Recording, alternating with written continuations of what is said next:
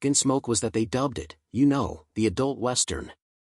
James Arness, the towering star of Gunsmoke, once called a co-star truly evil music, a statement that shocked fans at the time. For years, the public had no idea what could have caused such strong feelings. Behind the cameras, tensions were high, creative differences ran deep, and personal clashes simmered for decades, yet none of it ever showed on screen.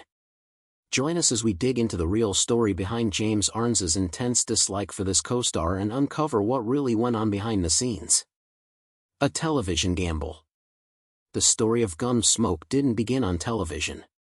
It started on the radio in 1952 at a time when families gathered around to listen to stories instead of watching them. From the very beginning, the show stood out. It wasn't just another western filled with action and simple good versus bad plots. Instead, it focused on realism, tough decisions, and the harsh life of the American frontier. That grounded approach quickly made it one of the most respected radio dramas of its time. At the center of it all was William Conrad, the man who gave life to Marshal Matt Dillon through his voice alone. Conrad didn't need visuals to command attention. His deep, steady tone made Dillon feel strong, fair, and believable. Listeners, trusted him as a lawman, and that trust became one of the key reasons the show worked so well. His performance helped shape the identity of Matt Dillon long before audiences ever saw the character on screen. What made the radio version so successful was its tone. The stories felt serious and honest. Characters faced real consequences, and not every situation had a clean or happy ending. There was a strong sense of right and wrong, but it was often complicated. This moral depth gave the show weight and made it, different from lighter westerns of the time. People didn't just listen for entertainment, they listened because the stories felt real. With such strong success on radio, it didn't take long for CBS to see a bigger opportunity.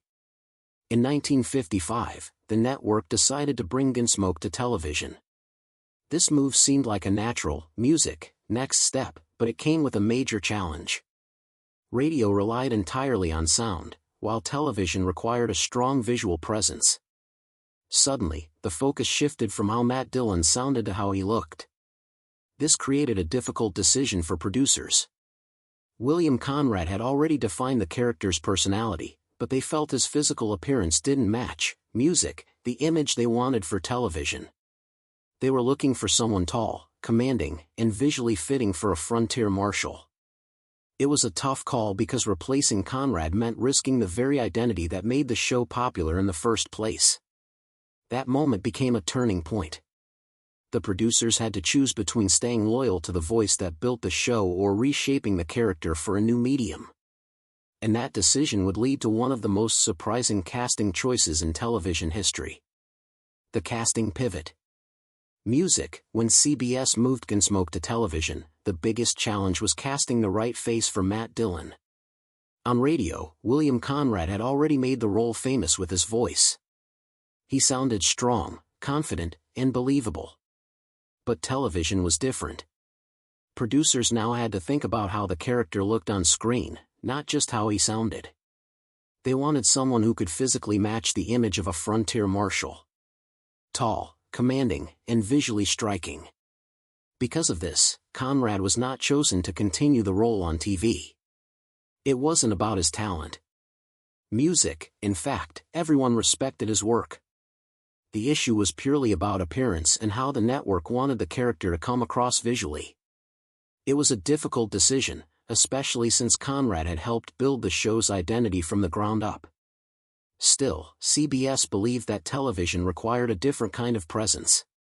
At one point, the role was offered to John Wayne, one of the biggest, Western stars in Hollywood. Wayne was known for playing strong, fearless characters, and he seemed like a perfect fit. However, he turned it down. His reason was simple. Television required a demanding schedule, and he was already deeply committed to his film career. Taking on a weekly series would have limited his ability to make movies. Even though he refused the role, Wayne still believed in the show. He saw its potential and wanted to support it. That's when he made a key suggestion. He recommended his friend James Arness for the part of Matt Dillon. At the time, Aries was not a major star, but he had the physical presence the producers were looking for. He was tall and serious and carried himself in a way that fit the role, music, perfectly. Wayne didn't stop at just recommending him. To help the show succeed, he appeared on screen to personally introduce Aries, music, in the first episode. This was a smart move. Wayne's popularity gave the new series instant attention and credibility. Viewers who trusted Wayne were more willing to accept Arness in the role, even though he was new to many of them. Once the show began, James Arness quickly, music, proved that the casting decision was the right one. He didn't try to copy Conrad's version of Matt Dillon. Instead, music, he brought his own style to the character. His performance was quiet, steady, and strong. Over time, music, he made the role completely his own and became closely connected with the character in the minds of viewers. That bold casting change didn't just save the show. It set the stage for everything that followed. But what audiences didn't know was that Aries brought more than acting skills to the role. He brought real-life scars that would shape everything. Scars of war. Before he became the face of Gunsmoke, James Arness lived through experiences that would stay with him for the rest of his life. During World War II, he served in the U.S. Army as part of the 3rd Infantry Division. He was sent to fight in one of the most dangerous campaigns of the war, the Battle of Anzio in Italy. This battle was intense and deadly, and Arness was right in the middle of it. Just days after landing in Anzio, music, Arness was severely wounded by German machine gun fire. The injury was serious and life-changing. He suffered damage to his leg and foot, which required a long recovery period in the hospital. He was awarded honors for his service, including the Purple Heart. But the physical cost was something he carried with him long after the war ended. These injuries didn't fully heal. As the years went on, Arness dealt with constant pain in his legs and feet. Walking for long periods became difficult and the strain only increased as he got older. By the time he was starring in Gunsmoke, the pain had become a regular part of his daily life. Even simple movements on set could be uncomfortable, especially during long filming days. The production team understood his condition and made several adjustments to help him manage it. Scenes that required a lot of movement were often scheduled earlier in the day when his pain was more manageable. Directors also worked around his limitations by planning shots carefully, reducing the need for unnecessary physical strain. These changes helped Arness continue working without drawing attention to his struggles on screen. Despite these challenges, Arness remained committed to his role. He rarely complained and preferred to keep his condition private. This quiet strength became part of how he played Matt Dillon. His movements were measured, his expressions controlled, and his presence steady. These qualities made the character feel calm, serious, and reliable. Viewers saw a strong lawman, not someone dealing with constant discomfort behind the scenes. Over time, the pain did have an effect on his mood, especially during long or demanding shoots.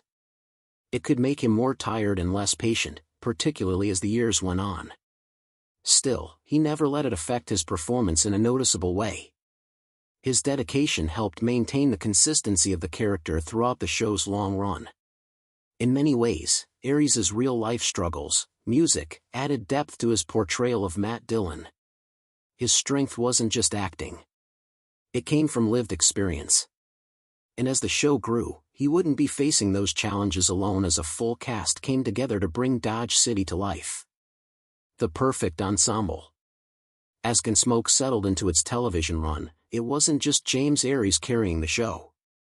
A strong group of supporting actors helped build the world of Dodge City and made it feel real week after week. Each character brought something different, and together, music, they created a balance that kept audiences coming back. Milbourne Stone played Doc Adams, the town's experienced and often blunt doctor. He added wisdom and a sense of authority, but also moments of humor and honesty. Then there was Dennis Weaver as Chester, Matt Dillon's loyal deputy. Chester's limp and soft-spoken nature made him stand out, and his kindness gave the show a warmer side. After Weaver left, Ken Curtis stepped in as Fessus, a rougher and more outspoken character who brought a new kind of energy to the role of deputy. But one of the most important figures, music, in the series was Amanda Blake as Miss Kitty. She ran the Long Branch Saloon and was one of the few strong female characters in the show. On screen, she was confident, independent, and respected. Her presence, music, added depth to the stories, especially in scenes involving Matt Dillon. What made the cast truly special was how naturally they worked together. Their interactions didn't feel forced, conversations flowed easily, and relationships developed over time in a way that felt believable. This chemistry helped the show stand out from other westerns, making Dodge City feel like a real place, music, with real people. Miss Kitty's character went through an important change when the show moved from radio to television. In the radio version, her role was more direct and hinted clearly at her past as a saloon woman with a complicated background. However, television in the 1950s had, music, strict rules about what could be shown or discussed. Because of this, her character was softened. Her past was no longer openly mentioned and she was presented more as a respectable business owner. This change made the show more suitable for a wider audience, especially families. At the same time, it gave Amanda Blake the chance to shape Miss Kitty, music, into a more layered and relatable character. She brought warmth, intelligence, and quiet strength to music, the role, making Kitty someone viewers admired. Over time, Blake became an essential part of the show. Her character wasn't just supporting Matt Dillon. She stood on her own.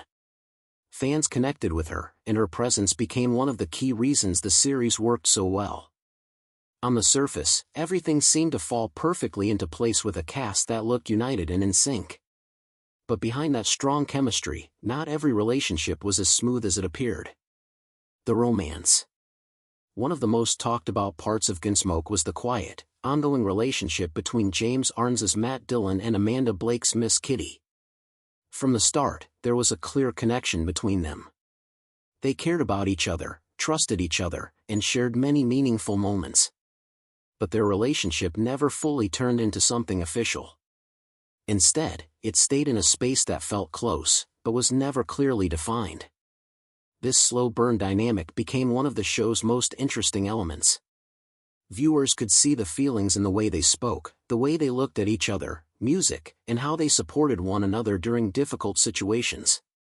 At the same time, the show never gave a direct answer about their relationship. They were not openly a couple, but they were also more than just friends. That balance kept people curious. There were clear reasons why the relationship remained unresolved. Television in the 1950s and 1960s followed strict guidelines, especially when it came to romance. The show needed to stay suitable for a wide audience, including families. Making their relationship too direct could have caused problems with network standards. By keeping things subtle, the show avoided controversy while still telling emotional stories. Another reason was the writers' long,